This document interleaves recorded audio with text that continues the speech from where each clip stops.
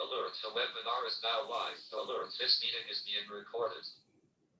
Good afternoon, evening, or morning, depending on where you are, from sunny London.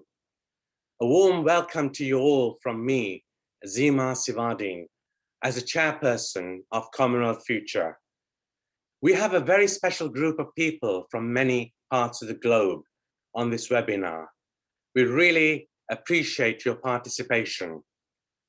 We have some housekeeping rules for this webinar. Please keep your microphone muted during the session. We are recording this webinar. Commonwealth Future is a non-party political civic society organization focused today on advocacy and policy changes in eye care. I'm really looking forward to learning more about the role advocacy can play for the Commonwealth Future and during the week that marks International Women's Day and Commonwealth Week. It's a delight to see successful women in this field inspiring us all today. We're looking for equal and meaningful representation in all actions in society. And why is advocacy, our title, so important? Advocacy can mean many things, but in general, it refers to taking action. It can be defined as any activity by an individual or group that aims to influence political, economic, social, and institutional decisions. It can also include the act of pleading for, supporting, or recommending. At the Commonwealth Future, we want to instigate change for the good and well-being of others with a focus on eye health, and advocacy is an essential to making this happen.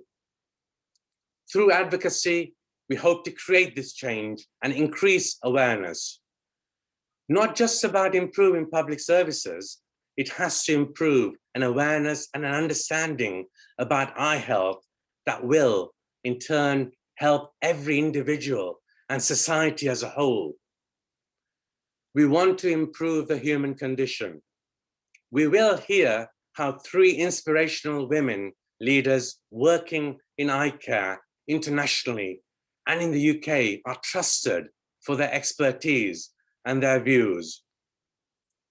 There are steps we are taking that fall into a framework of advocacy, and I will welcome our experts' views. How can we evolve and improve? We know that people are more likely to listen to people they know and will be persuaded by those whom they trust.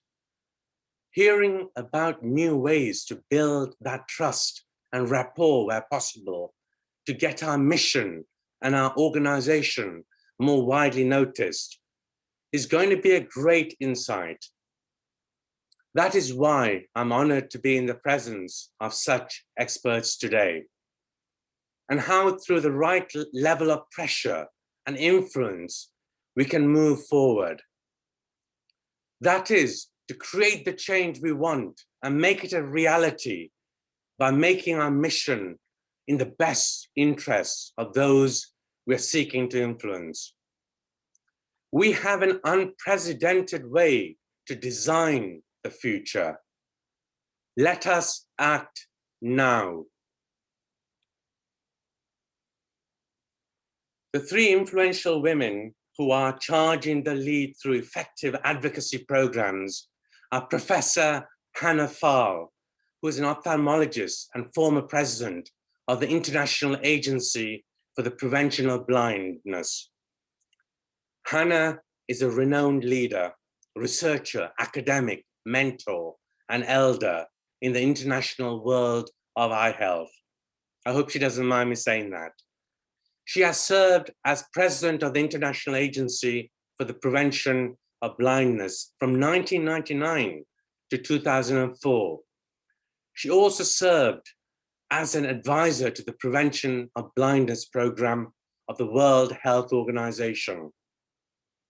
Ms. Kristan is a global executive director for the Vision Impact Institute. In this role, she leads a global team of experts to create expanded awareness through evidence-based research of the global need to prioritize vision health. Kristan was listed in Jobson's most influential women in optical in the innovation category and has received countless awards, including a Golden World Award for Excellence from the International Public Relations Association. Dr. Caroline Harper, CBE, Chief Executive of Sightsavers International, has a PhD in energy studies from the University of Cambridge. In 2000, Dr. Caroline was awarded an OBE for services to the gas industry. And in 2015, she received a CBE for services to people with visual impairments. On hand to chair the session is Professor Kovin Naidoo, a National Research Foundation researcher, educator, and internationally celebrated public health leader who has been revolutionizing access and delivery to eye care in Africa and for the disadvantaged throughout the world.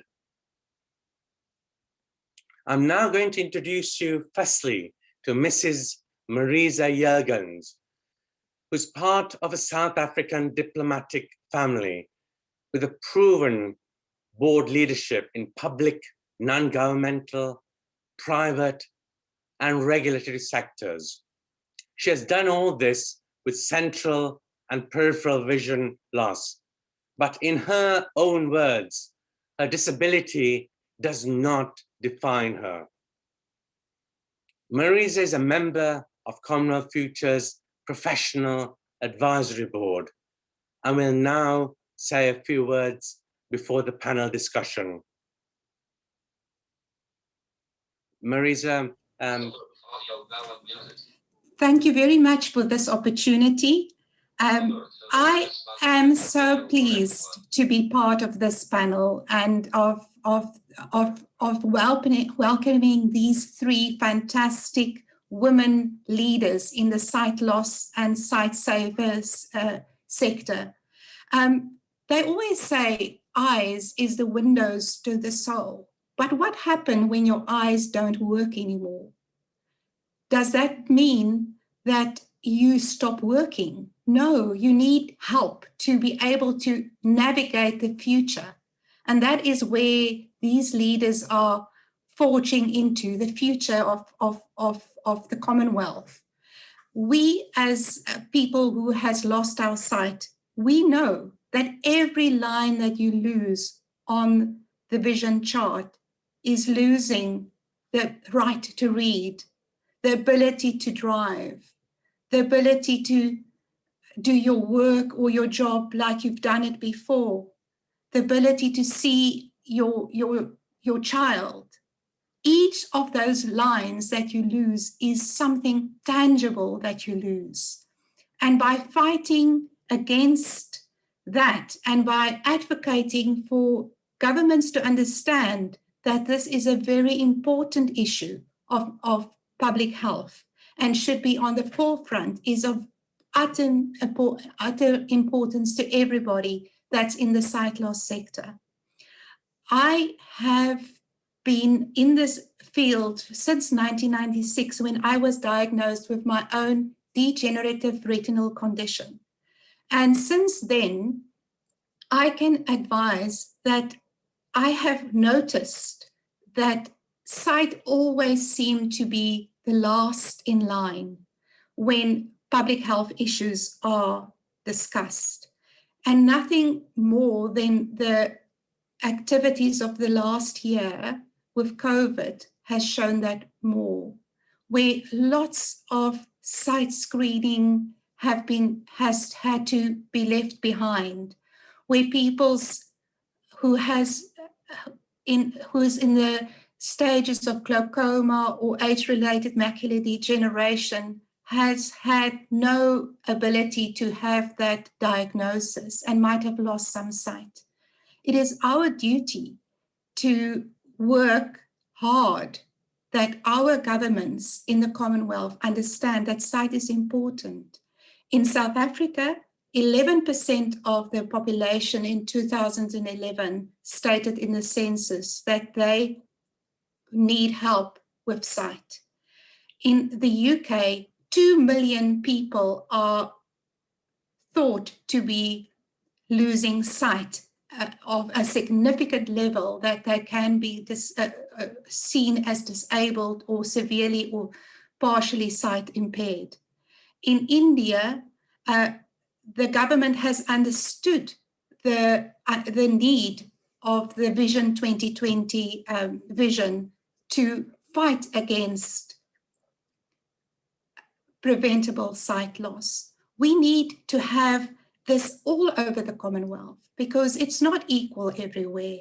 And that is where Commonwealth Future and us as the Commonwealth Future's personnel are so happy to welcome you all and to ask you all to take the advocacy of this issue to heart. I now hand over to Professor Kovin Naidoo. Thank you very much. Thank you, and thanks for those, to both you and Zimal, for those wonderful words. Welcome everyone. I want to thank the Commonwealth Future for asking me to facilitate this. That's the easy part because the panel is going to answer all the questions.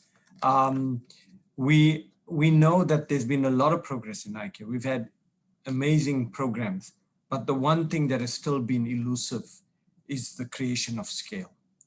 And we know that advocacy has become more and more important because in order to achieve scale, we have to get governments to take responsibility. We have to get cross-sectional integration, like the business sector, the professionals, the government, the NGOs, everyone working together. And advocacy has taken on a new prominence in our world as we talk more and more about scale. So going straight into the panel, my first question to the panel would be that given the COVID crisis and the situation in the world generally, how are we really doing in eye care? I think a bit before and as well as during this period, has there been any positive developments? I don't want to start with the challenges or the problems. Let's look at what progress we have made thus far that may augur well for advocacy efforts and augur well for the future. Hannah, would you give us a start on that?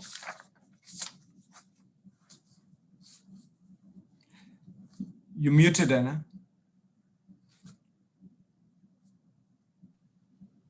Thank you very much, Kovin, and it's an absolute pleasure to participate in this webinar.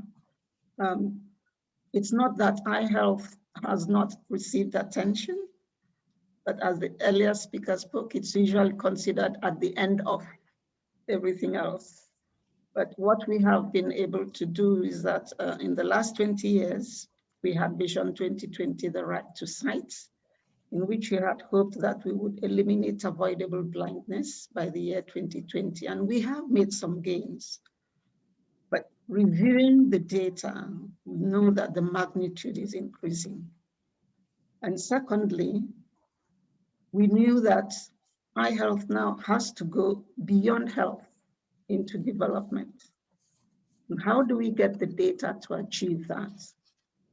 So this month, in February, the United Nations Friends of Vision Group launched two very important ways to achieve this. One is the Lancet Global Health Commission that was launched, and a Vision Atlas. Now, the Vision Atlas has been made very user-friendly. A government, an individual, anybody can go into it and get data on blindness, country by country, region by region, gender issues, and so on. So, and it also has tracked that. So we've got the tools out for positioning health within the Sustainable Development Goals.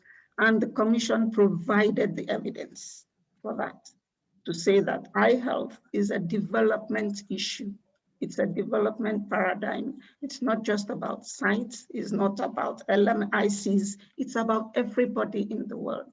And to do that, we can unlock the human potential if we invest in eye health. So the evidence is out, and in a very user-friendly fashion to all categories, be it industry, government, and so on. So that's where eye health is as of this month. Thank you, Anna. Caroline, any positive developments that you think we should take note of? Yes, I think before COVID hit, there were several positive things that had just come out. The WHO had just released a world report on vision. So I think this is a great step forward from tending to have all the eye professionals and eye NGOs talking to one another and perhaps focusing too much on the eye. This was a wider, the whole WHO coming out and talking about the importance of vision. So I think that was a really great achievement and very important. And then, we're talking here, this is the Commonwealth future. And at the last CHOGM, actually, there was a commitment made by the ministers who were there to eye health, and in particular to trachoma, saying that they wanted to eliminate trachoma, which is a very nasty infectious eye disease, by the next CHOGM. So actually, the Commonwealth have already said very clearly in their communique how important eye health is. So actually looking forward to the Kigali CHOGM to see, here's an opportunity for us to say how well has this done, and also hopefully perhaps even put a resolution forward to say it's very important that eye health doesn't fall down the agenda, because of course COVID has meant that eye health has got a bit lost. 2020 was going to be the year when we had all these amazing things to launch, and we really hoped to build that momentum. And unfortunately, of course, COVID distracted everyone into those particular infectious diseases. So I think what we need to do now is regroup as we begin to emerge from COVID, and recognise that eye health is extremely important. As Hannah said, it's a development issue, and we have the evidence, and we can show that it also impacts on economics and productivity and education.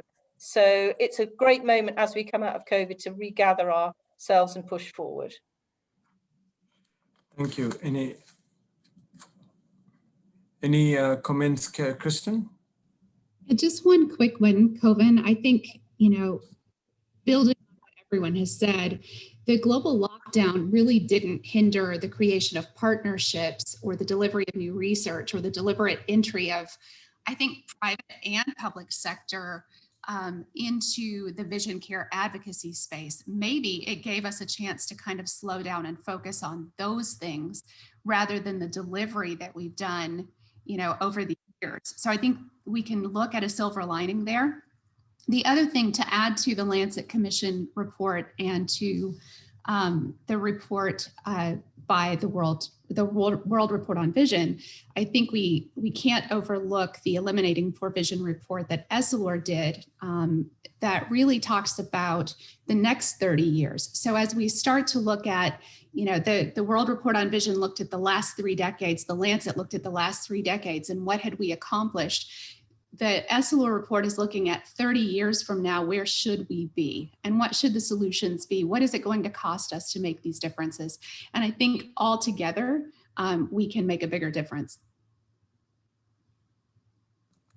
Thank you very much. So let's go to the challenges, Caroline. Well, I think the first obvious challenge is getting share of voice in the advocacy space, because many other health interventions are in the same situation, having taken a back seat during COVID, and they'll be coming out and they'll be interested in getting ministerial time. And so there will be a bit of a backlog and a cacophony there of everybody trying to get their issue in front of everybody. Of course, the challenge that we've always had with eye health is that people say, but eye health, it doesn't kill people, does it? Whereas malaria or TB or what have you, it kills people. And that's occasionally set us back and could again. So, here we've got to come across with the really strong evidence that we have around, productivity gains, educational gains. It's not just about whether somebody lives or dies. It's about the quality of the life. It's about the economics. It's about the communities. So I think that's our challenge. Our biggest challenge is to actually get people to take us as a really important issue, and not be trampled in the others who are all looking to get theirs back on the table. Do the others want to add? Okay, I think because of time, I would like to just move on. So what are some of the opportunities and that we have right now to build on what we have already built? You all have spoken a great deal about how much progress we've made, but what are the future opportunities? Kristan? Yeah, I think when we talk about expanding access specifically, we can't talk about access like it exists in a silo.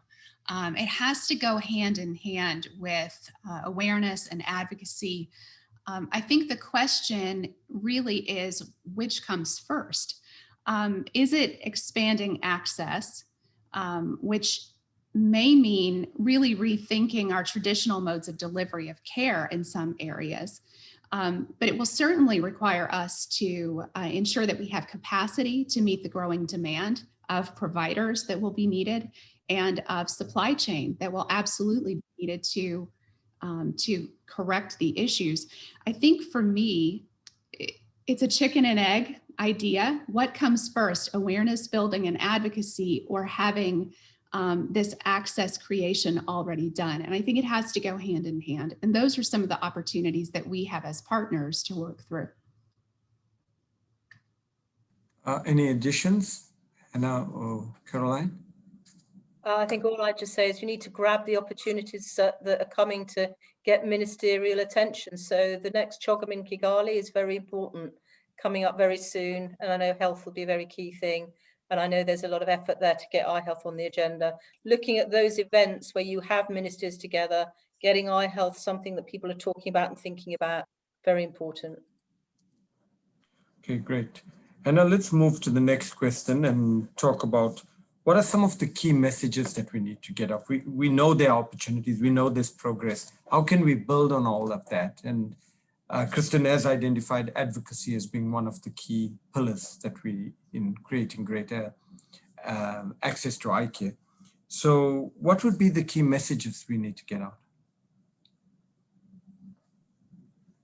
I think the first key message is, although we've achieved quite a bit, the magnitude of the numbers of people affected will grow because of an aging and increasing population. Secondly, that eye health has links to almost all the sustainable development goals. And we really cannot talk about global development without thinking of eye health.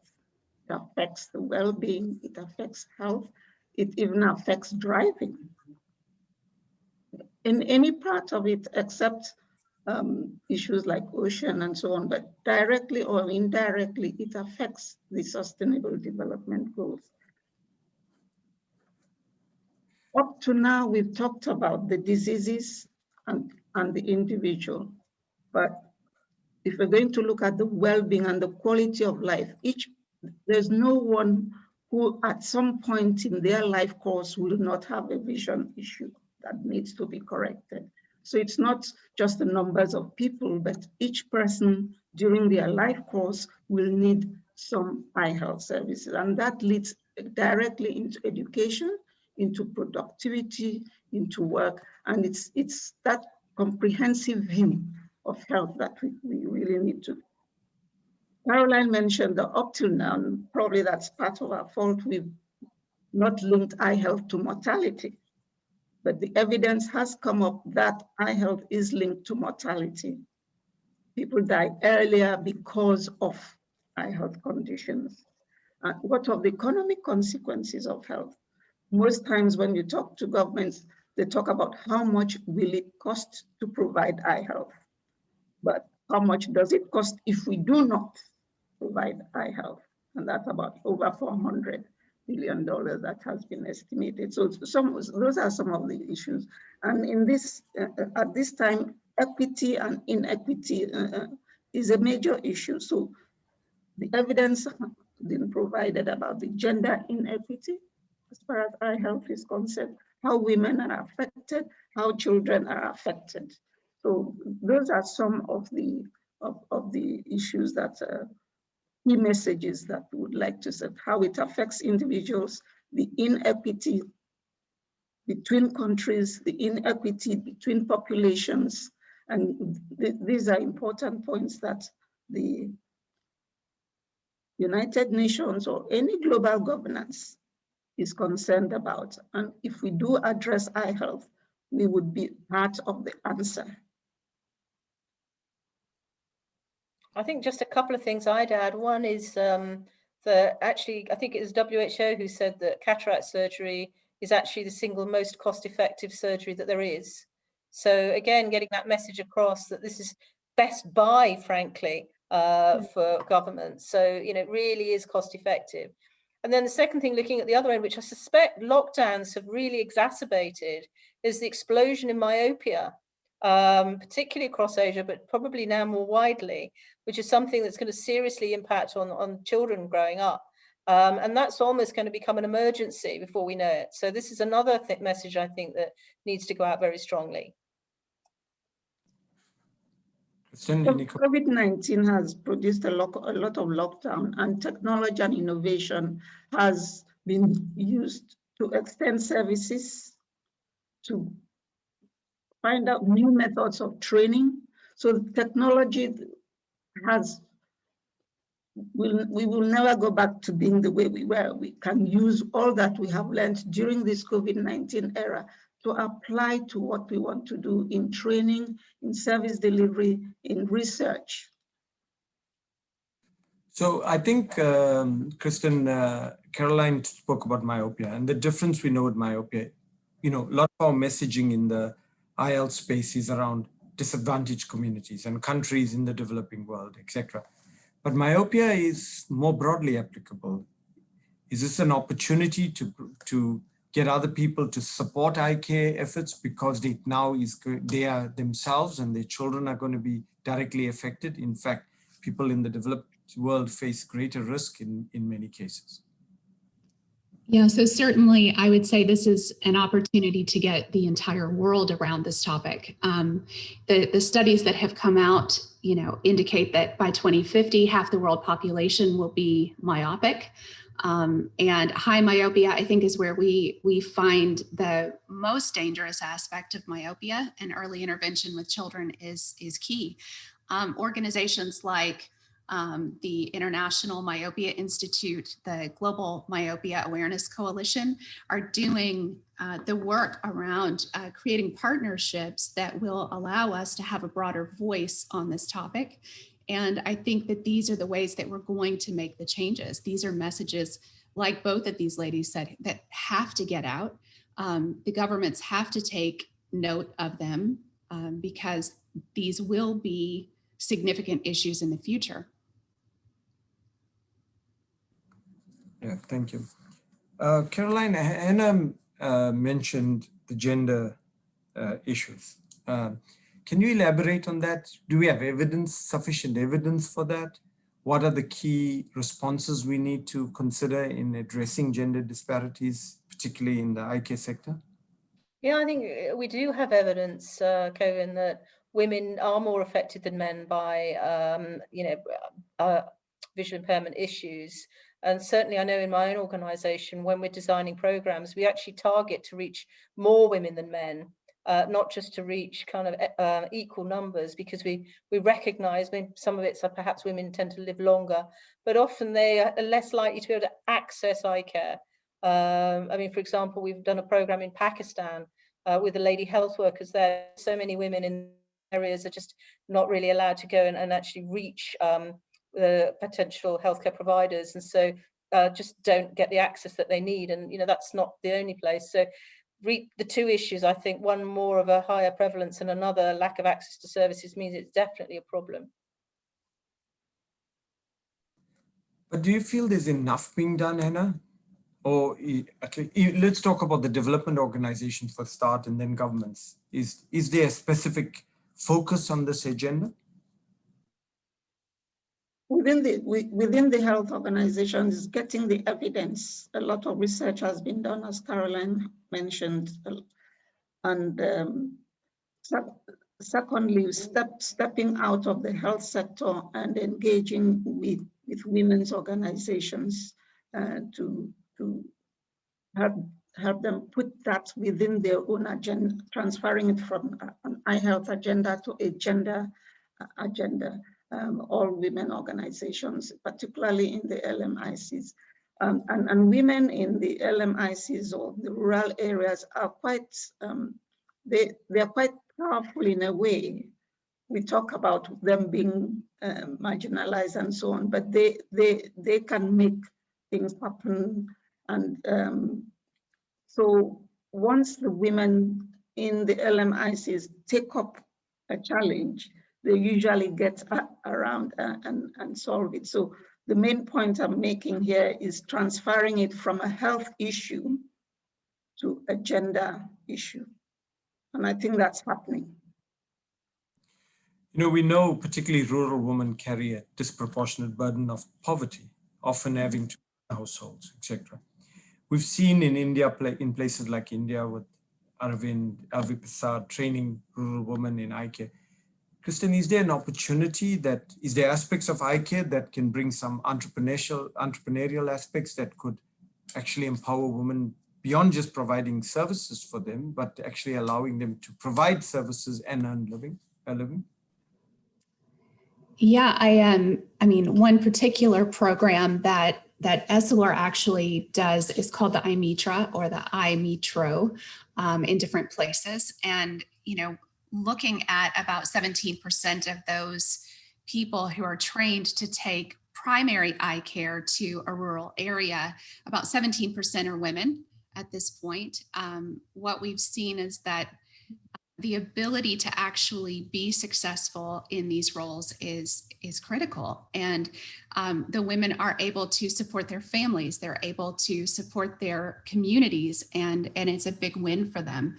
I think that those are opportunities around the world that we have to give women a chance not only to have their own eye care and be able to be educated and learn and be independent, but it's also to be able to provide that to others who are in need. So I think it's a great opportunity. Caroline, the lady health workers in Pakistan, do they just earn a salary, or is it also an opportunity in providing eye care? Do they generate their own income? They're actually government health workers, so they're paid a salary by the government. So I don't think they actually also have entrepreneur as well. They're actually, as I say, part of the overall government structure. Okay, so let's move to the next point. Is there, let's talk about advocacy. And, you know, we often think about advocacy, we just think of talking to governments. Is this a broader agenda? And Caroline, will you enlighten us as how advocacy could be a broader agenda? Well, I think advocacy comes in many forms. There's, you know, one key part is, as you said, the relationship with governments, and often it's individually, but it's not just at the top level. So a lot of the advocacy will happen maybe at the district level or the community level, where you'd need to make sure that you have buy-in all the way through. It's no good having just the deputy minister on your side. You actually need to be all the way through. And one of the most important levels of advocacy is at the community level. And I'm sure Hannah will agree with this. Really important to get your local leaders with you to sensitize the local communities about their services. So that's very important. But then there are other aspects of advocacy that we need to perhaps think about, which is more the campaigning side. Do we need to start thinking about doing more of that? We see all these great kind of social media campaigns that emerge. And I know the eye health sector's tried a little bit of that from time to time, the Clearly campaign. And then there was sorry, that's a doorbell desperately trying to get in. And then there's also See Now, which I know Fred Hollow's Foundation have tried to do. So these are things I think we need to think about. Do we actually need to get a movement of people to try and demand eye health? I mean, it's a question. I'm not sure what the answer is, but I think we may need to think about several different aspects of advocacy there. I should just let my chap. Yeah. Anna, you want to comment a bit more? Yeah, I'd like to buttress what Carolyn had just said.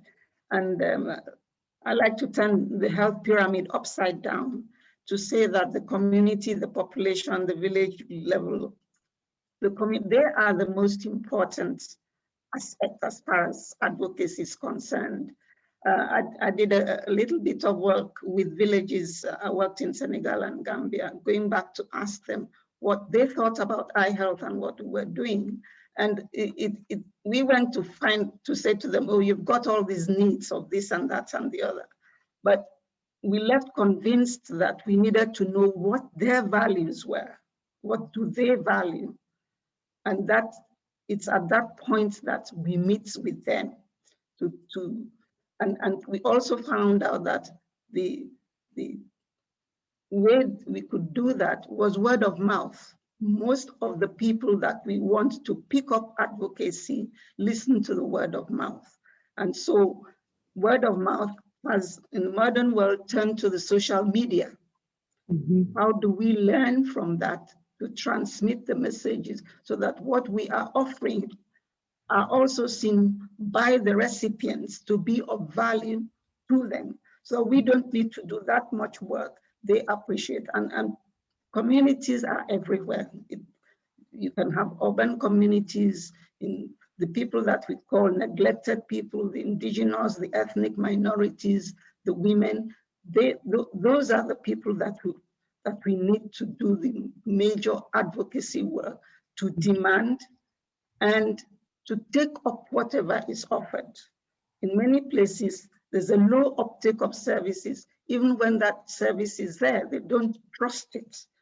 So a lot of work needs to be done. And these are issues that are outside eye health, beyond eye health, and they're experts in those areas. And we can hand over the baton of that kind of advocacy to people who know how to do it. And we can learn a lot from, we had a leader in eye health who used to say, he founded Aravind, and he said, if you go to every village, you'll find a bottle of Coke. How does it get there? Eye health can be marketed and can be seen to be of value by those who actually need it. Yeah.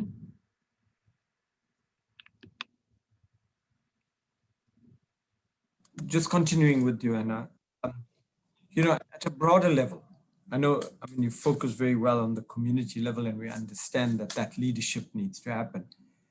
But at the broader level, who drives some of this? Is it nonprofit organizations, is it professional organizations? How do we get some sort of coordination in advocacy efforts? The way it has happened so far is that in any country, all the stakeholders, the professional groups, the non-governmental organizations, the women's groups, up till today, it's been those who work directly with eye health who have been concerned. And what's new is that we have made the case to bring in others to understand the issues that concern eye health. So industry, the private sector, the marketers, once we advocate and present eye health to be of interest and of gain to them and the impact it is making to them as individuals and as employers or employees, I think that's the way forward, that eye health moves beyond health, beyond where we are now, to even beyond government, even beyond ministers of health, to areas that people value, their religious groups and so on, having them all take ownership of spreading the word about eye health and what is in it for them to make that happen. So, I agree with you, the need to bring everyone together, etc. So, maybe so that we throw out a challenge in the Commonwealth, which organization does this? Is it International Council of Optometry, International Council, the World Council of Optometry, International Council of Ophthalmology, or is it an IAPB that we look to at least take the steps to pull people together when there isn't such coordination? Caroline? I think IAPB is pretty good, Bet, because it actually involves everybody. So you have both the professions there, you have NGOs there, you have increasing number of corporate partners there as well. So I think, you know, certainly at the global level, that's a good place to start. I think at the country level, it's more difficult. IAPB can't exist at every country level. And there, I think the onus is on us, certainly as NGOs and also the local professional bodies, to make sure that there's coordination at the country level, and work together. Because, you know, I do remember sometimes in the past, you'd almost find eye health organizations competing for territory with one another, and that's absolutely the worst thing. You definitely don't want that happening. But so, yeah, I think IPB is a good place to start. Yeah, no, I think the last part is very important. I remember when I first got involved, the one thing I realized about Africans, we were very good at playing the NGOs off against each other to get what we want. And they allowed us that freedom, because they would, rather than talk to each other, they were, you know, these were the things that were happening, right? And so I think it's very important. Let's not repeat those mistakes. And when we talk about advocacy, let's have, you know, come together at a country level and do this in a coordinated way. And I think, Caroline, maybe there's a positive signs, you know, even though it's more awareness, like the See Now campaign with some of the NGOs getting together. I know Sight Savers has gotten together with groups of organizations in other countries, so East Africa, to do collective bids, etc. So I think there are some footprints for that. It's just a question of now creating an advocacy agenda and taking that forward. We're doing more consortia working than we used to. So certainly with the big trachoma projects, people are actually coming together in formal coalitions, and that's helping to leverage larger sums of money, for example, than would have been possible for just on your own. But I think I'm also excited to see, like, the Friends of Vision that Hannah mentioned earlier, and bringing people together, getting excitement amongst the ambassadors there. So there are a number of things I think we're doing which are looking optimistic. So just those, I mean, IAPB is International Agency for the Prevention of Blindness, just in case. Okay, Anna, you wanted to say something? No, I was going to say that the push could come, say, from now it's in the UN, it could come from the UN down to the national governments, and it could come from the NGOs working at the grassroots up to the international level. So it's got to be a two-way traffic with links in between two as you go along. Great, thank you. That's a great point. So what if we get some policy change? How do we, you know, we've seen this, right? You lobby and they say they're going to change. Or for example, I know, let me give an example I'm familiar. They say, okay, we will provide free spectacles, and the budget only covers 2 weeks in the year. You know, you get your policy change, you applaud yourself, but real change doesn't happen, right? So how do we ensure that these policies get implemented? And again, whose responsibility? It's probably linked to the previous answer, but whose responsibility is it? Caroline? Okay, well, I think there's a range of things that we need to do. I mean, these policy changes, when they happen, we need to make sure that they're happening at the country level, not just, you know, it's great if you get stuff into the SDGs, for example, but if that's not being developed locally, it doesn't matter. But I think there are some things that we've found that we've done that have really helped. So one area that we've pushed hard on is the health management information systems in a country. And if you lobby hard and get the local government to put eye health indicators into their health management information system, that does two things. One is it exposes what is or isn't happening in that country, so there's sight of it by the health ministry. But the other thing is, a bit like in the corporate world, sort of what gets measured gets done. And so therefore you actually, there's a reason for the health ministry to put a budget allocation against it, because they're going to be judged against it. And their sort of senior people are going to be asking them, well, hang on, you know, you didn't deliver this, you didn't deliver that. Whereas if you don't have it in the management information system, people won't know, it'll stay below the radar and nothing will happen. So we've been working hard to do that and have achieved it in some countries. Bangladesh was probably the best example, because that actually motivated the government to do quite a lot.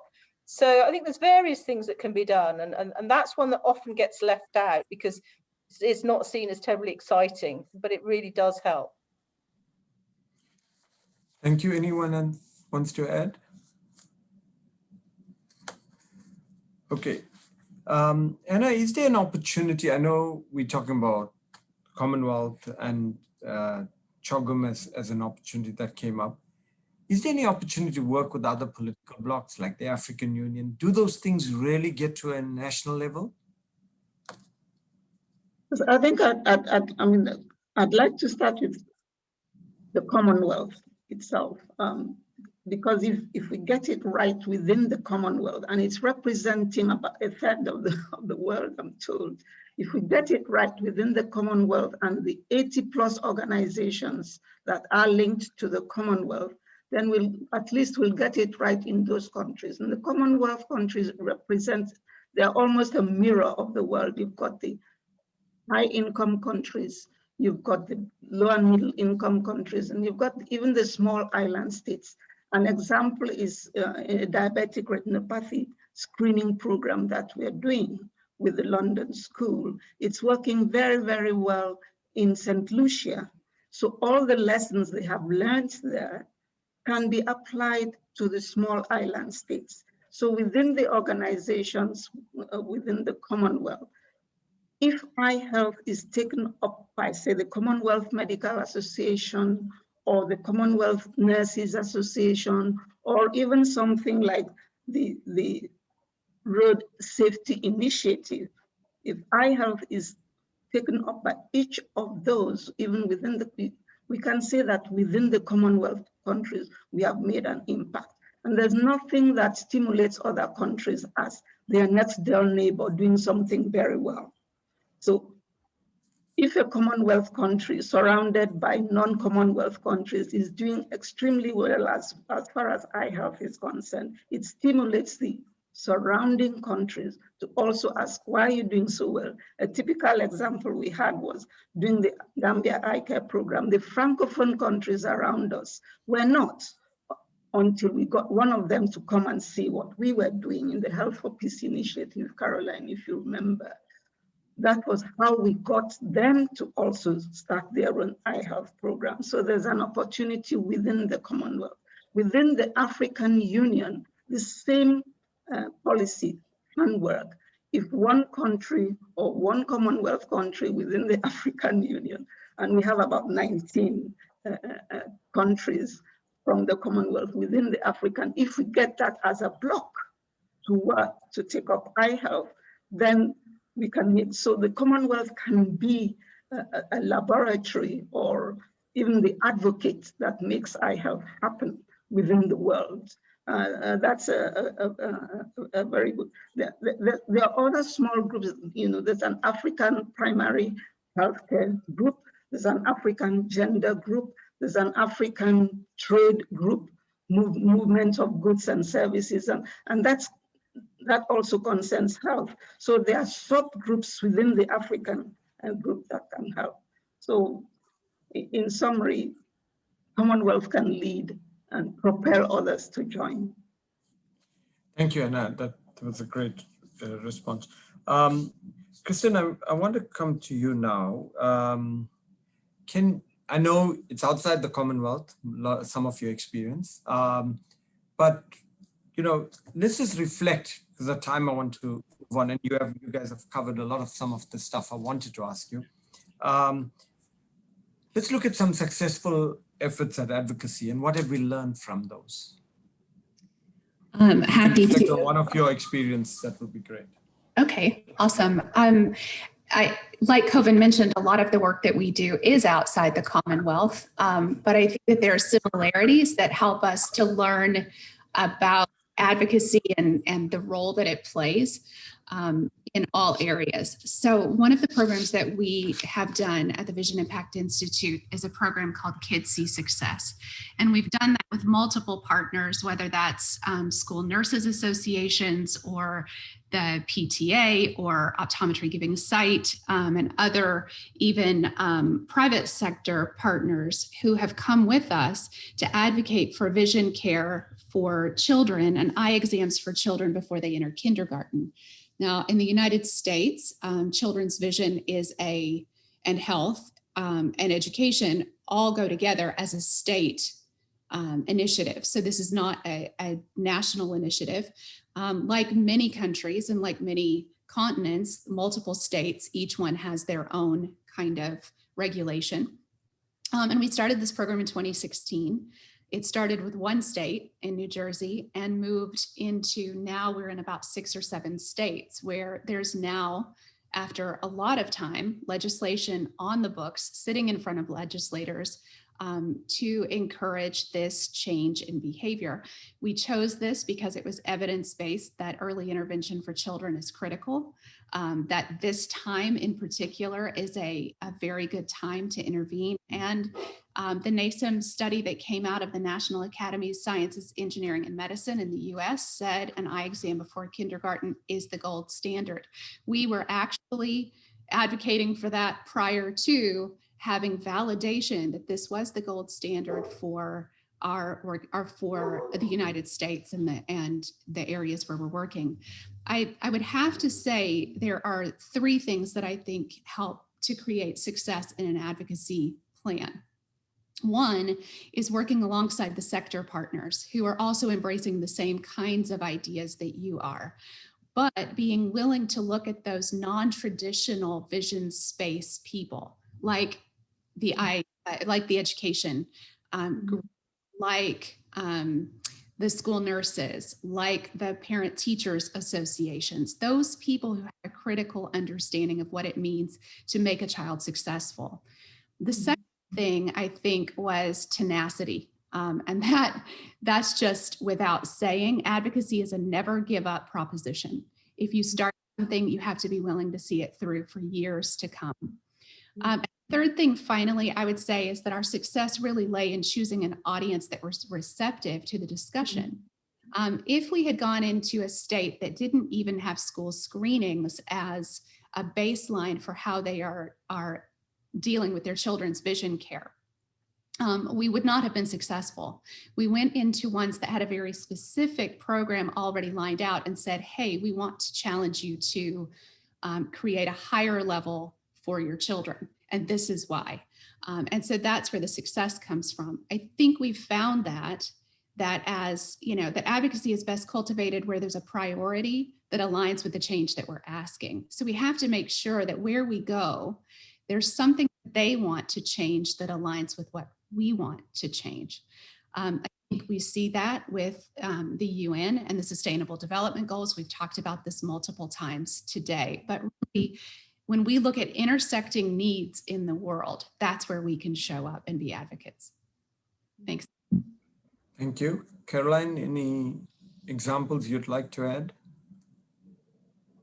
Yeah, I think that intersecting needs is a great point there, Kristan.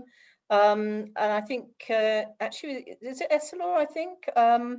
Or certainly there have been several people who've done studies on businesses about how the improvement of productivity from workers having eye health and glasses, yeah, it was you guys. And so then actually suddenly that becomes in the interests of the employers. It's not just about a benefit for the employees, wonderful though that is, it's actually useful for the employer as well because they're getting a benefit. So then you have a win-win. And we have the same with the truckers program in India, where we're providing glasses to truckers as close as possible to where their truck stops are. And we're getting funding for that program from insurance companies because they recognize that their truckers will have fewer accidents if they can see, and it's in their interest, therefore, to actually fund the program. So where you can get this win-win synergy, I think it's a pretty sweet spot for advocacy. And those insurance organizations will become fantastic allies to get legislation around drivers being screened, having eye exams, etc. So I think sometimes the point that both of you made is you start where there's programs and there's activities and build on that. It's easier to get right up to the policy change eventually than just going where nothing's happening. Hannah, Zuma said you're the elder, so you get the final word on the panel, right? So it's up to you. The final word. I think packaging the messages so that they align, they are of interest to the audience, that we identify our target audiences and we package and present our messages to them in a way that they can take ownership of those messages and actually spread. Do they become the advocates for the change you want to see? I think if you can win that, then you will win, because they will see that it's in their interest, whether it's women or children, whoever. Once they own the message, then you have succeeded in getting the change to happen. Thank you, Hannah. It's a great point to end the discussion. We have 5 minutes more. We have one more input. I want to thank the panel. The responses were fantastic. I think the wealth of experience that you have and your own challenges you have faced and also the successes you have achieved helped all of us get a better sense of what advocacy is about and how we can actually go about it. And I hope that as this message gets disseminated further, we'll see practical benefits of some of the ideas that you have raised today. So thank you again for your participation. I now have the pleasure of introducing Graham Robertson, who is the International Ambassador for Commonwealth Future, and he will give the closing address. Graham. Thank you so much, Kovin, appreciate that. And really appreciate all the speakers participating today. When we founded Commonwealth Future a few years ago, I think initially we wondered how best to get messages across and what the purpose of Commonwealth Future was going to be. I feel today has been a really massive step for us because we're taking that advocacy out, maybe on not day one, but the first steps, the first rung on the ladder. And it starts at home, it starts with us. And if you think of the 6 degrees of separation, we all know someone who knows someone who knows someone. And I was going to ask the panelists how we might measure what we are going to do, how you've measured what you have done with your own experiences. And one of the things for us, very simply, is we want all of you, both the people on the panel and all of the audience today, if you can all pass on the message to 1, 2 other people, so that the next time we have one of our sessions, we have double the members, we have more people joining.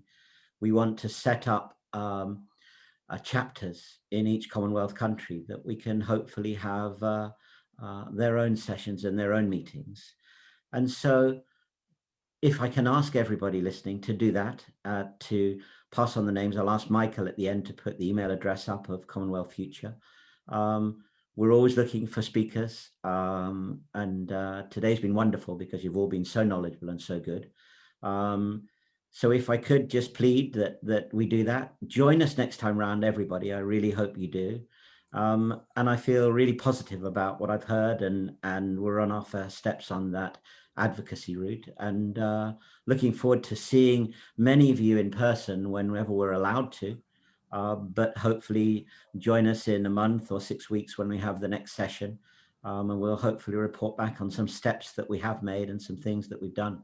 And thank you all so much. I can't thank you enough for joining today, especially our panel and our speakers. And it was a great way to present an important and interesting topic. And I've learned a lot today as well. So thank you all so much, and we'll see you next time. Take care, everybody, and keep well. Thank you.